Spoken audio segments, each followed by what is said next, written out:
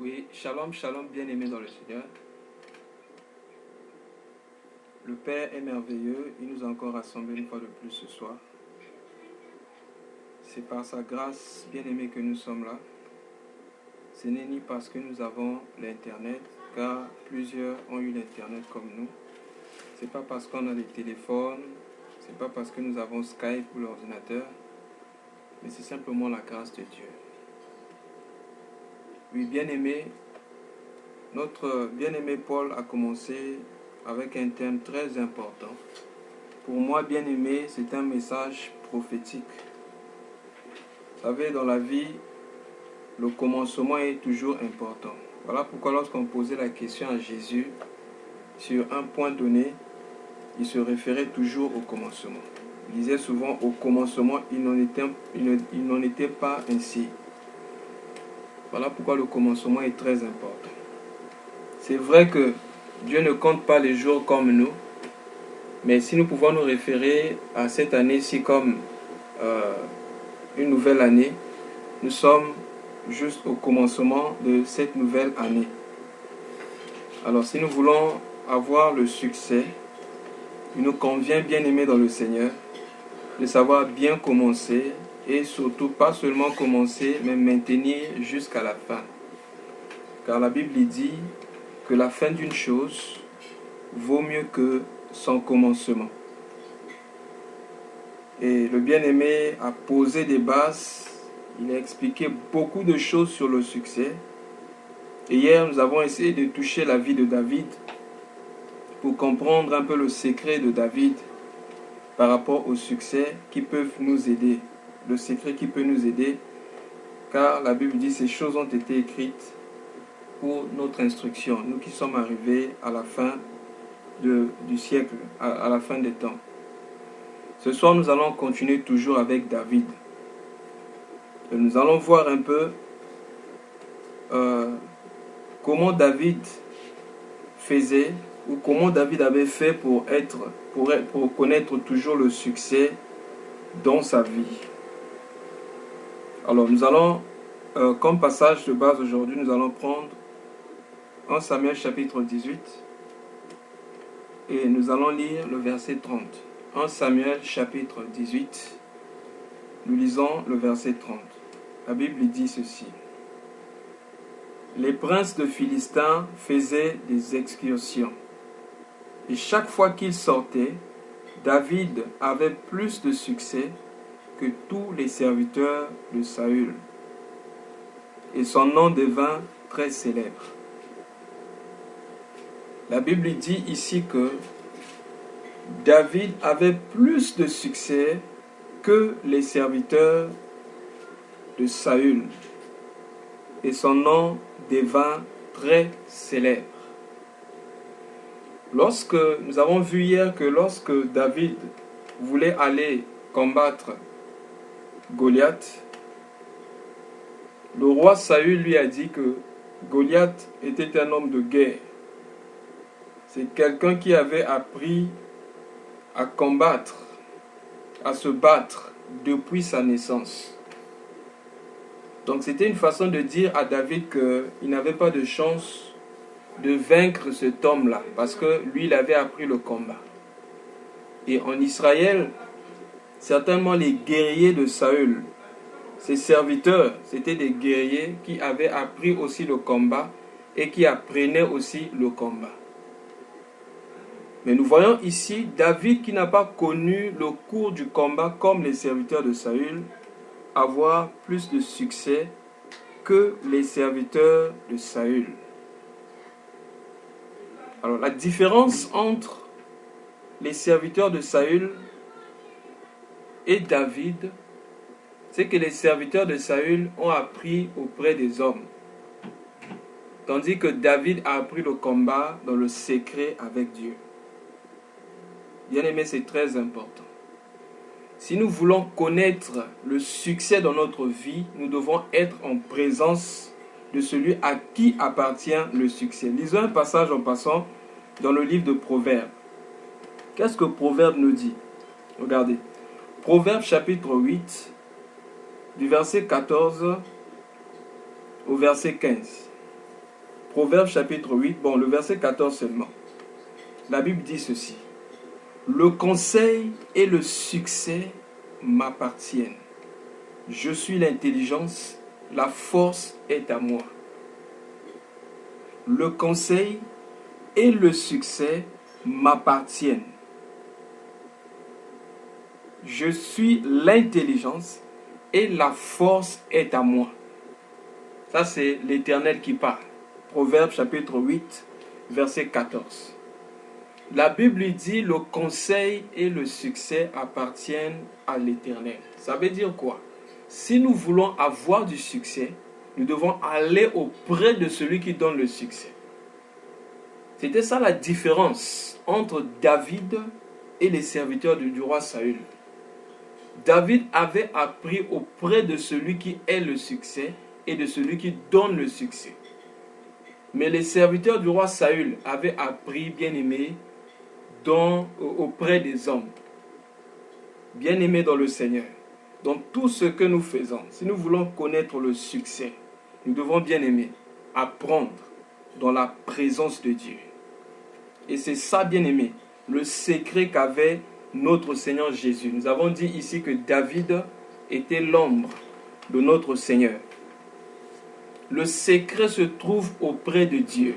Le succès se trouve auprès de Dieu. Donc le secret du succès, c'est auprès de Dieu que nous pouvons le trouver.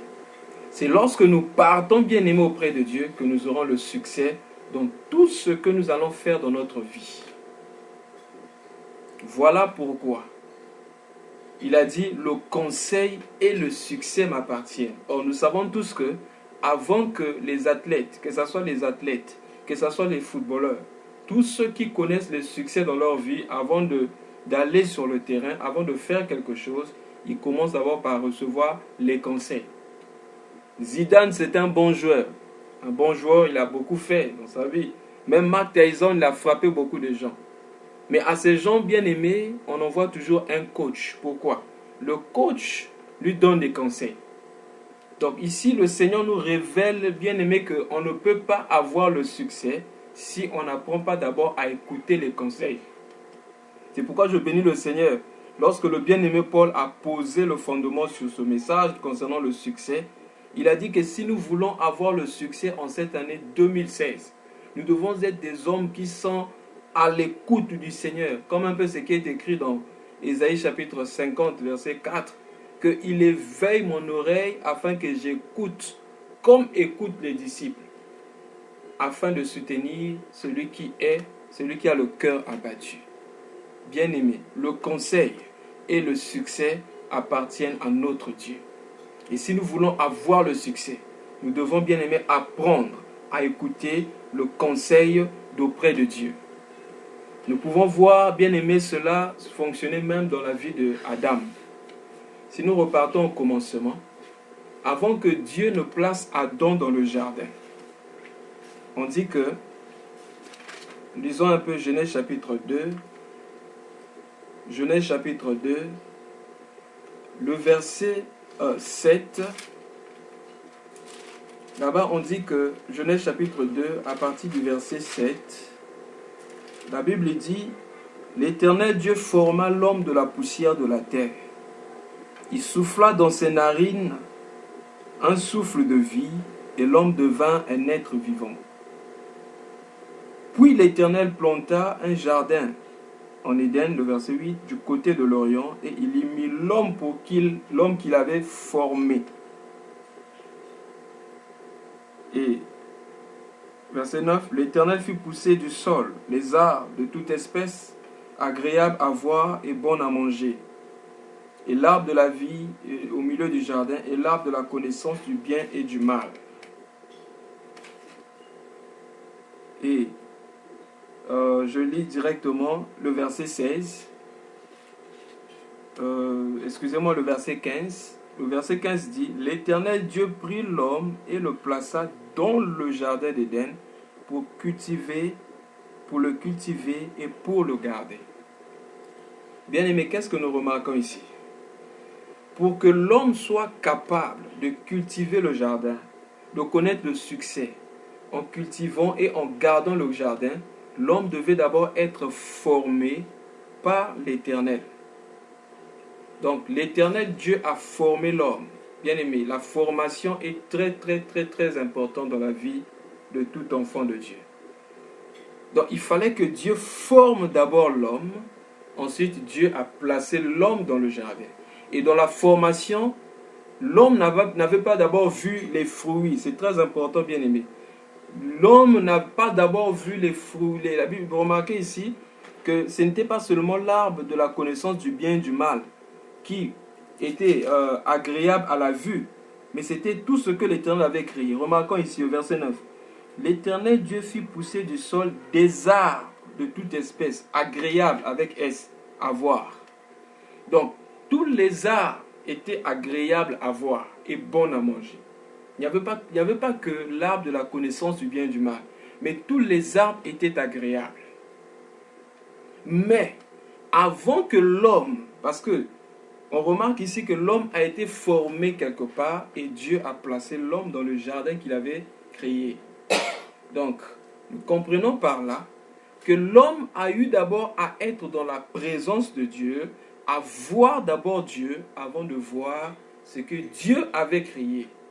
Donc, l'homme devait passer son temps d'abord dans la présence du Créateur avant de voir la création, de voir ce que Dieu avait créé. Et c'est ce que David, bien-aimé, avait expérimenté. David a connu le secret, a connu les choses avec Dieu d'abord dans le secret avant de sortir. Et ce que nous voyons, bien-aimé, dans le secret avec Dieu, les combats que l'Éternel emmène devant nous, lorsque nous sommes dans le secret avec lui, sera forcément plus que les combats que nous allons, bien-aimé, affronter, les combats pour lesquels dont nous serons... les combats que nous allons combattre, excusez-moi de la tautologie, les combats que nous allons combattre lorsque nous serons en présence des hommes. Donc, dans le secret bien-aimé, dans la formation, les combats seront plus durs que lorsque nous serons en face des hommes. Bien-aimé, Goliath était moins que le lion, Goliath était moins que l'ours. Voilà pourquoi, lorsque nous sommes encore bien-aimés, peut-être cachés dans le secret avec Dieu, apprenons bien-aimés avec fidélité les choses que le Seigneur nous enseigne. Ne ratons pas les cours que Dieu nous donne. Ça peut être par la souffrance. Ça peut être en croisant l'injustice des hommes. Bien-aimés, Dieu nous forme afin que nous soyons capables de surmonter les grands combats. Les guerriers de Dieu bien-aimés ont d'abord une expérience dans le secret avec Dieu avant d'aller au devant de la foule, au devant des hommes. Nous pouvons voir cela bien-aimé dans la vie de Moïse. Moïse bien-aimé en face de l'Éternel a accompli bien-aimé 2 miracles. Il y avait le miracle de jeter le bâton par terre. Et Dieu lui a dit, si Pharaon ne croit pas à ce miracle ici, il croira au deuxième miracle. Mais il y avait aussi un miracle où Moïse devait faire rentrer sa main dans son sein. Quand il a sorti sa main, la main était devenue pleine de lèpre. Mais nous voyons que lorsque Moïse est parti vers Pharaon, Moïse n'a opéré que le premier signe. Le signe de la lèpre, Moïse n'a pas opéré ce signe-là devant Pharaon. Donc pour dire bien-aimé, lorsque nous sommes dans le secret, dans la formation avec Dieu, nous serons confrontés, bien-aimés, par des difficultés peut-être que nous ne comprenons pas aujourd'hui. Mais plus tard, nous allons comprendre que si Dieu a permis que j'affronte le lion, que je puisse affronter l'ours, c'est parce qu'il y a un petit Goliath quelque part. C'est pourquoi, bien-aimé, il ne faut pas passer par des cours de rattrapage avec Dieu. Acceptons le cours de Dieu, même si c'est difficile, même s'il faut pleurer, pleurons. Mais, bien-aimés dans le Seigneur, nous allons connaître le succès. Car la Bible dit, le conseil et le succès m'appartiennent. Dieu sait pourquoi, bien-aimé. Et la Bible dit dans 1 Corinthiens chapitre 10, verset 13, qu'aucune tentation ne vous est survenue qui ne soit humaine. Mais avec la tentation, Dieu préparera aussi, bien-aimé, le moyen d'en sortir. Je crois que c'est 1 Corinthiens chapitre 10, verset 13. Je vais vérifier si c'est ça. Si ce n'est pas 10, 13, donc c'est 13, 10. 1 Corinthiens chapitre 10, le verset 13. Je vérifie. Oui, c'est ça. 1 Corinthiens 10, 13. Aucune tentation ne vous est survenue qui n'ait été humaine. Et Dieu qui est fidèle ne permettra pas que vous soyez tentés au-delà de vos forces. Mais avec la tentation, il préparera aussi le moyen d'en sortir, afin que vous puissiez la supporter. Bien-aimés, c'est très important. Lorsque, bien-aimés, nous sommes dans la présence de Dieu, nous prenons à faire de Dieu notre tout, notre source de joie. Bien-aimés, David était capable de quitter, bien-aimé, après, quand on l'appelait pour donner la solution, pour jouer pour que Saul soit libéré des mauvais esprits. Si David était capable de repartir, bien-aimé, dans la jungle, c'est parce que David, bien-aimé, dans la jungle là-bas, il n'y avait pas seulement les moutons, mais il y avait la présence de Dieu qui était là-bas avec lui. Et David avait appris à prendre la présence de Dieu comme son héritage, comme son tout. Et David, bien-aimé, aimait la présence de Dieu. Voilà pourquoi les trésors de la maison de Saül, les trésors du roi ne lui disaient absolument rien. Il venait faire le service dans la maison de Saül et il repartait là-bas. Parce que bien aimé, dans la présence de Dieu, c'est là-bas que nous trouvons notre tout. Et en cette année 2016, si nous voulons réussir, faisons de la présence de Dieu notre tout. C'est ce que Dieu voulait enseigner à Adam. Dieu n'a pas montré d'abord à Adam la création avant de le voir. Mais Dieu était seul avec Adam. Il a formé Adam dans le secret. Et ensuite, il a pris Adam, il a mis Adam dans le jardin. Pour faire quoi? Pour cultiver le jardin et pour garder le jardin. Mais qu'est-ce qui s'est passé avec Adam? Adam cultivait peut-être, mais Adam avait failli en ce qui concerne le gardiennage. Parce que Adam ne gardait pas le jardin. Il n'a pas pu garder le jardin parce qu'il a laissé que le serpent parle avec sa femme. Adam n'a pas bien aimé garder le jardin parce que Adam n'avait pas compris la leçon que Dieu voulait lui donner. La leçon que Dieu voulait lui donner et la leçon que Dieu veut me donner. La leçon que Dieu veut te donner, c'est que Dieu doit d'abord être ton tout. Avant de voir toute chose, vois d'abord Dieu. Et si tu vois Dieu, si Dieu est ta suffisance, si Dieu est ton seul héritage, si Dieu est ton tout, le reste sera zéro. Et c'est ainsi que nous aurons le succès. C'est que Adam n'avait pas compris. Et lorsque nous voyons aussi, même lorsque Dieu a créé Ève, c'était le même enseignement que Dieu voulait donner à Ève. Quand Dieu a créé Ève, Adam n'était pas là. Dieu, quand il a pris la corde, Adam était en train de dormir. Et Dieu est allé former Ève quelque part. Ève était en contact d'abord avec Dieu, en contact de Dieu. Et ensuite, il a présenté Ève à Adam. Adam a pris Ève. Alors que Adam avait compris que le conseil et le succès appartiennent à Dieu. Et que Adam ne pouvait rien faire sans consulter Dieu. Mais ce jour-là, lorsque Ève a mangé le fruit, quand Ève a donné à son mari, Adam n'a pas pu consulter l'Éternel. Pourquoi? Certainement, Adam avait aimé Ève plus que le commandement de Dieu. Avant, Adam avait préféré Ève alors Adam a écouté la femme plus que Dieu. Donc le sang de sa femme a tonné plus que le sang de Dieu. Bien-aimé dans le Seigneur. Apprenons, bien-aimé dans le secret. Apprenons à voir notre Dieu comme notre bonheur, notre tout. C'est ainsi que le reste sera nul. Apprenons à fléchir les genoux devant Dieu. Et nous ne fléchirons pas les genoux devant les circonstances, ni devant les hommes, ni devant la beauté que nous pouvons voir. Parce que lorsque Adam a vu Ève pour la première fois, oh, Adam ne pouvait que faire le wow. Comme lui, il était man. Il dit wow. Son nom sera wow man. C'est-à-dire woman, wow man. Adam a trouvé l'aide semblable. Parce que Adam n'avait pas trouvé d'aide semblable. Mais Adam a oublié le Créateur. Adam a commencé à adorer la créature. Et c'est ce qui a poussé Adam à connaître l'échec. Bien aimé, en cette année 2016, si nous voulons connaître le secret, n'adorons pas la créature. Parce que lorsqu'on commence à adorer la créature, c'est bien aimé, c'est une façon d'insulter le Créateur. Et nous voyons bien aimé, c'est le péché dont Paul parle dans Romains chapitre 1. Il dit ces gens-là ont adoré la créature. Romains chapitre 1, le verset, je crois que c'est le verset 20, Romains chapitre 1, le verset... bon, je commence à partir du verset 26. Merci beaucoup, bien-aimé Paul. À partir du verset 18, on dit: la colère de Dieu se révèle du ciel contre toute impiété et toute injustice des hommes, qui retiennent injustement la vérité captive. On dit: ce que l'on peut connaître de Dieu est manifeste pour eux, Dieu le leur ayant fait connaître. En effet, les perfections invisibles de Dieu, sa puissance éternelle, sa divinité, se voient comme à l'œil. Depuis la création du monde, quand on les considère dans ses ouvrages, ils sont donc inexcusables. Je prends directement le verset 26. C'est pourquoi Dieu les a livrés à leur passion infâme, car les femmes ont changé l'usage naturel contre l'usage... non, c'est pas ça. Excusez-moi.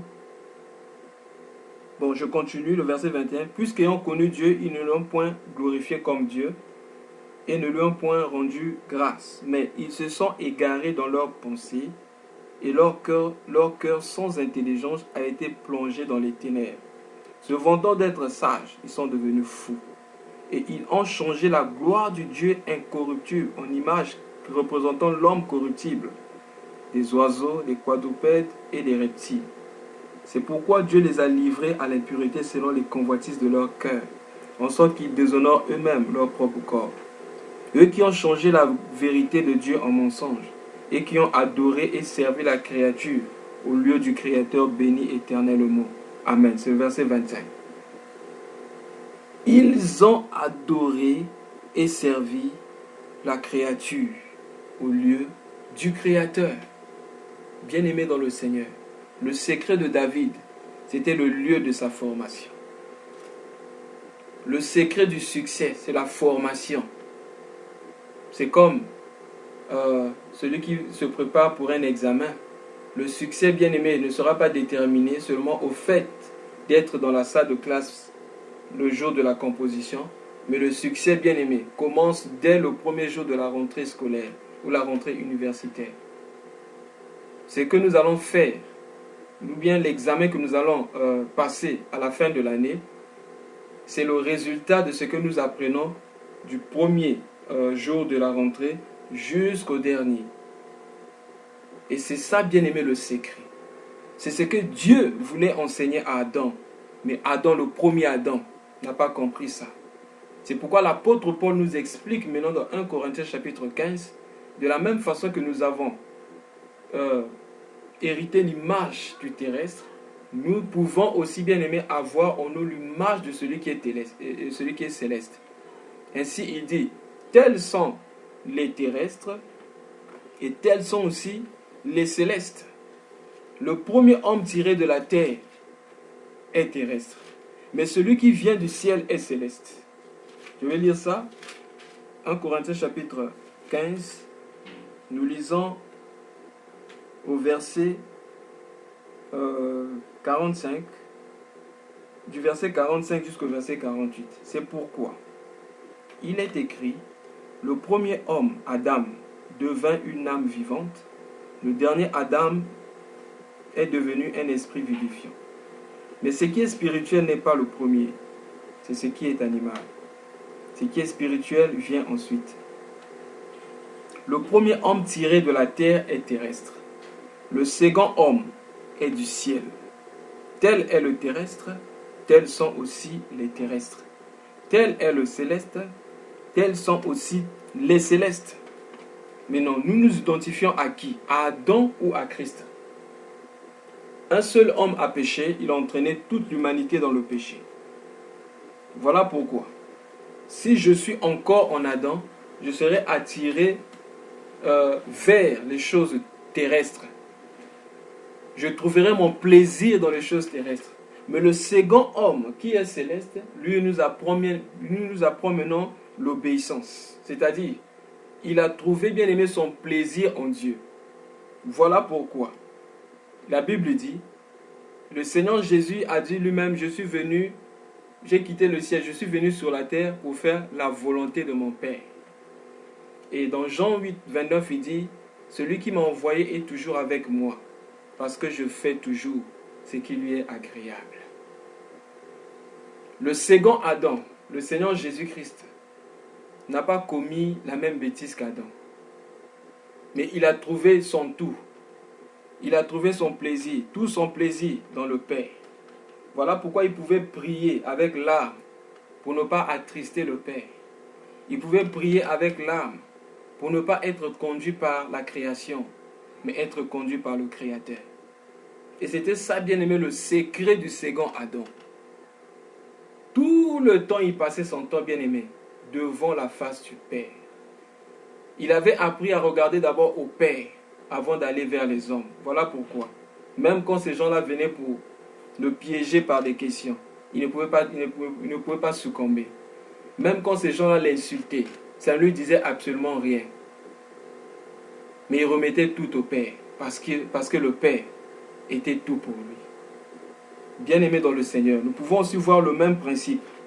Lorsque le Seigneur a appelé les disciples, avant de les envoyer, il fallait que les disciples soient d'abord avec lui. Si nous pouvons rapidement tourner nos Bibles dans l'évangile selon Marc, nous prenons Marc chapitre 3.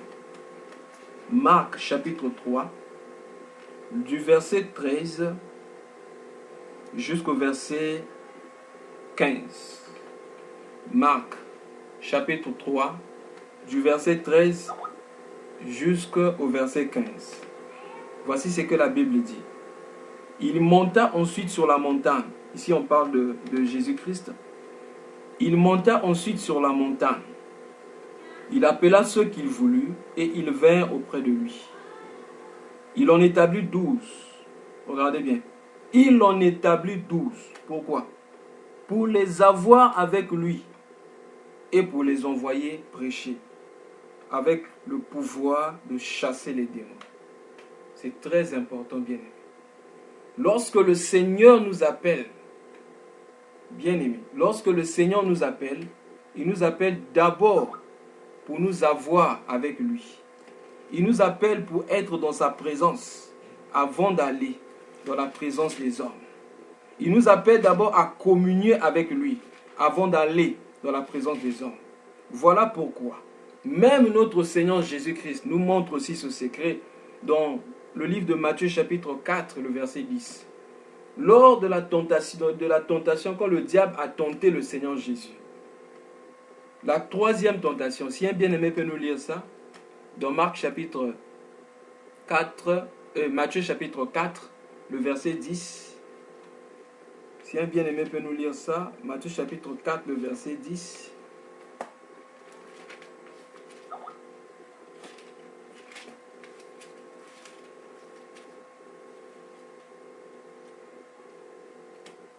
Lisons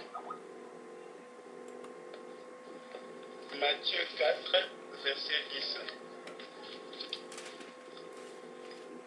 Je vais lire au nom du Seigneur Jésus-Christ.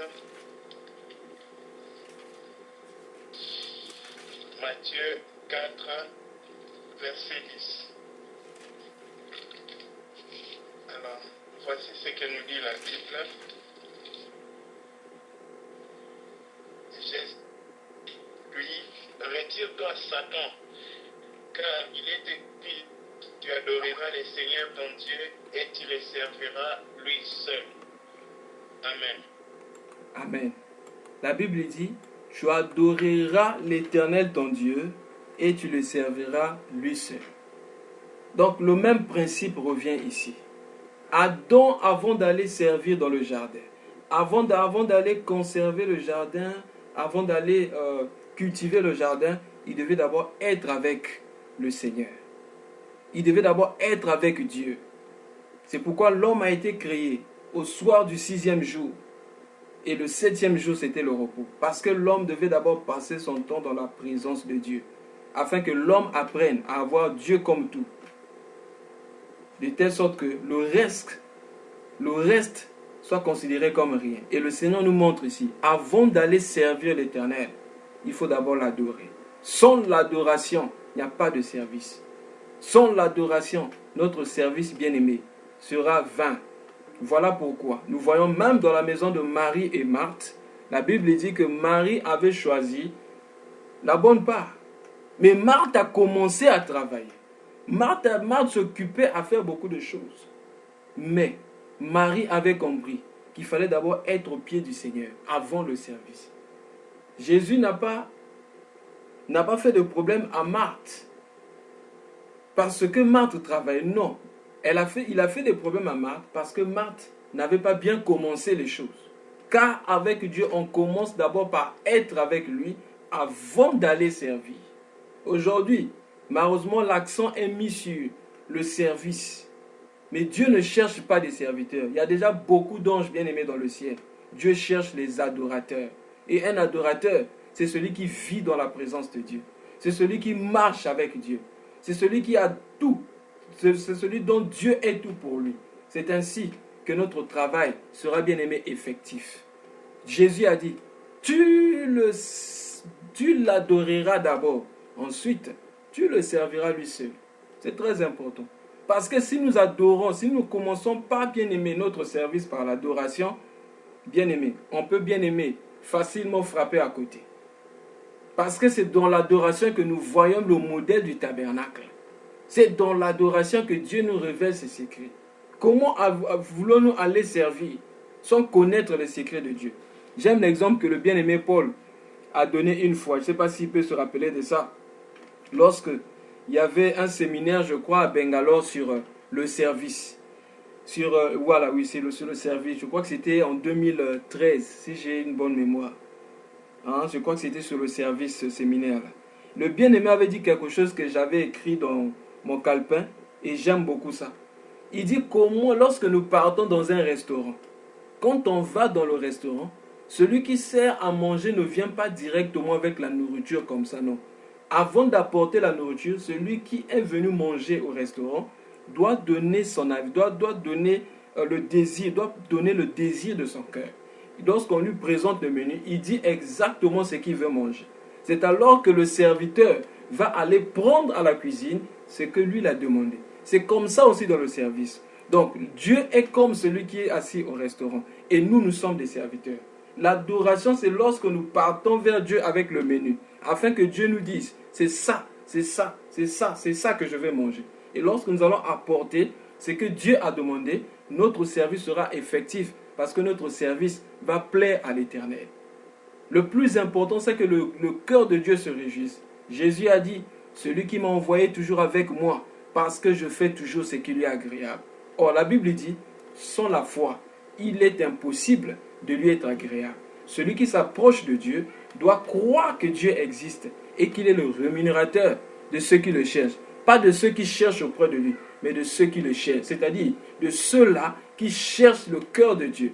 Souvent, lorsque nous prions, nous dirigeons nos cœurs vers la main de Dieu, vers la main de Dieu qui donne des choses. Mais bien aimé, un véritable adorateur, lorsqu'il élève son âme vers Dieu, lorsqu'il élève son cœur vers Dieu, son cœur doit être dirigé vers le cœur de Dieu pour connaître les pensées de Dieu, pour connaître le cœur de Dieu, pour connaître le désir de Dieu. C'est ainsi que son service sera un service effectif. Et bien aimé, en cette année 2016, si nous appliquons ça dans notre vie, bien aimé, nous n'allons pas connaître l'échec.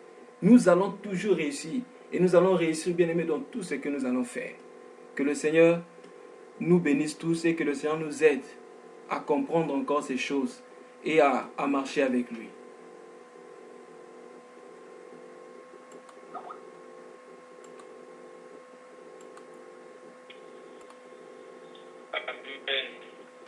Amen. Gloire au Seigneur.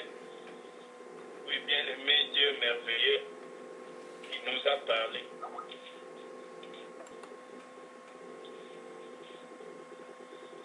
Ce soir, on nous a parlé d'un adorateur. Je vais exactement relire ce que mon bien-aimé Gauthier a saisi. Un adorateur, c'est celui dont Dieu est tout pour lui. Donc, sa maison, c'est Dieu. Son souffle, c'est Dieu. Sa vie, c'est Dieu. Son tout, c'est Dieu. Son avoir, c'est Dieu. Son manque, c'est Dieu. Son silence, c'est pour Dieu. Et son parler, c'est pour Dieu. Tout il n'a rien. Tout ce qu'il est, c'est Dieu. Et tout ce qu'il est, c'est Dieu. Et un adorateur, c'est celui qui vit dans la présence de Dieu. C'est celui qui communie avec Dieu. Et c'est en étant adorateur que nous connaissons les secrets de Dieu. Nous voulons prier, bien-aimés. Dans il y a la table du grand roi et il y a la table des invités qu'on appelle invités d'honneur. Bien-aimés, si les hommes sont honorés devant les hommes quand ils sont invités d'honneur, combien plus grand et bien aimé l'honneur de celui qui est invité d'honneur de Dieu, celui dont la table de Dieu est prise avec lui. Bien-aimé, au point que Dieu soit notre ami intime, celui à qui on n'a aucune fenêtre de notre vie qu'on n'a pas ouvert, celui devant qui nous déposons toutes nos vies et ses pieds, celui avec qui on ne peut rien cacher et celui qui ne peut rien nous cacher. Prions au nom de Jésus-Christ. Nous allons prier afin que nous puissions bien aimer mettre notre plaisir en l'éternel. C'est quelque chose de capital. Notre plaisir en l'éternel est le plaisir de l'éternel. Voici ce que notre plaisir dans l'éternel, notre joie, quand nous nous sentons vraiment heureux, joyeux, que l'éternel bien-aimé, le centre, et que nous sommes aussi les centres de la joie de l'éternel. Prions au nom de Jésus-Christ. Nous allons enfin prier pour demander à Dieu de faire de nous des hommes qui se prosternent devant Dieu. Et faire de nous des hommes qui sont très... donc, que 90% de notre vie soit dans les cités avec Dieu et que 10% qui restent bien aimés soit la manifestation des intérêts avec Dieu vers les gens. Que notre vie soit plus cachée en Christ et qu'elle vit par Dieu. Mais comme il est nécessaire que nous puissions répandre le parfum de Christ, que notre vie, bien-aimée, vie des hommes, puisse n'apporter que Christ et Christ seul. Mais bien-aimé, bien plus que tout ce que les hommes peuvent voir de nous, que nous ayons une profondeur plus grande, que les hommes même jamais imaginés avec Dieu. Prions au nom de Jésus. Prions à Dieu afin de ne pas nous appuyer sur la chair, sur l'homme, sur le sang, bien-aimé, s'appuyer sur l'homme qui n'a que le souffle dans ses narines. Prions le Seigneur afin que nous puissions nous appuyer sur lui seul. Prions au nom de Jésus. Papa, il y a quelque chose à partager par rapport à ces merveilleux messages de ce soir.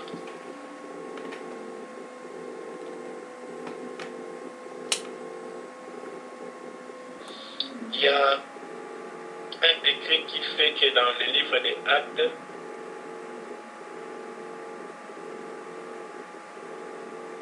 que Luc puisse écrire tel qu'il a écrit, bien aimé, au premier verset du livre des Actes. Le livre de ce que Jésus faisait et de ce qu'il enseignait. Bien aimé, c'est parce que la vie de Jésus était une vie et ensuite une histoire. C'était d'abord une réalité et ensuite qu'on a relaté. Et le secret de cette vie qu'il était, qu'il avait, qu'il vivait, bien aimé, c'était en une seule chose. Le matin, le Père aiguisait son oreille afin qu'il écoute le Père à la manière des disciples. Et quand Dieu a parlé une fois, lui l'entendait deux fois. Ah oui, parce que les salis, il faut entendre deux fois. La première fois, d'abord la foi en toi. La deuxième fois, bien aimé, cette même voix que tu avais entendue, ça produit la foi. Et bien aimé, ensuite, ça produit la vie de la foi. C'est-à-dire la vie conformément à ce que la foi a annoncé. Ce soir, on vient d'écouter quelque chose de merveilleux que nous a annoncé les frères et sœurs. Bien aimé, le secret, c'est l'adoration. C'est là-bas, frère. C'est là-bas où nous devons nous éterniser. C'est là-bas où on doit entrer et ne point sortir. Oh, bien aimé, c'était ça le secret de la vie de Jésus-Christ. Il dit que le Père est toujours avec lui. Pourquoi? Parce qu'il fait toujours ce qui plaît au Père. Pourquoi il fait toujours ce qui plaît au Père? Parce qu'il est toujours auprès du Père. Et parce qu'il est auprès du Père, bien aimé, il fait toujours ce qui lui plaît. Parce qu'il fait toujours ce qui lui plaît, le Père aussi auprès de lui. C'est une chaîne émaillée. Tant que nous restons auprès du Père, nous faisons ce qui plaît au Père. Tant que nous faisons ce qui plaît au Père, le Père est auprès de nous. Tant que le Père est auprès de nous, nous restons auprès de lui. Tant que bien aimé, tant que notre débat, c'est cela, de chercher à être dans sa présence, de chercher à demeurer sa présence. Dès que quelque chose, même quand on est au bureau, à l'école avec nos amis, on rigole un peu, c'est dans des moments pareils, bien aimé. On s'est tolérez-moi les termes, on s'adhère un peu au monde, à l'ambiance dans ce monde. Le moment de nous retirer un peu et de ramener notre dire qu'on doit prendre nos décisions. Plus jamais bien aimé hors de la présence de Dieu. Prendre une décision dans la vie. Dans la présence de Dieu qu'on doit apprendre à dire des choses. C'est dans la présence de Dieu qu'on doit apprendre à parler, qu'on doit apprendre à écouter, qu'on doit apprendre bien aimé à tout faire dans la présence de Dieu. Que le Seigneur nous aide, frère. David a dit, il a une seule demande. Une seule chose qu'il désire. Oh, que Dieu bénisse cet homme bien-aimé, même dans le tombeau qu'il soit béni. Il dit une seule chose j'ai demandé. C'est que je puisse demeurer dans ta présence, dans ta maison éternellement jusqu'à la fin de mes jours. David ne désirait pas des choses, mais ce qu'il désirait, c'était de demeurer. Et dans la maison de Dieu, frère, devant son trône, il n'y a pas des activités. Là-bas, il n'y a pas de services. Là-bas, il n'y a que l'adoration. C'est-à-dire même les services qu'on fait est de l'adoration. Et le fruit de l'adoration. C'est alors que même notre service ne sera que, bien aimé, un overflow, c'est-à-dire un surplus, un débordement de notre adoration. Que le Seigneur nous ramène, qu'il nous plonge dans les bains de ces choses, afin que lui soit glorifié par les lèvres des hommes, au travers et par nos vies.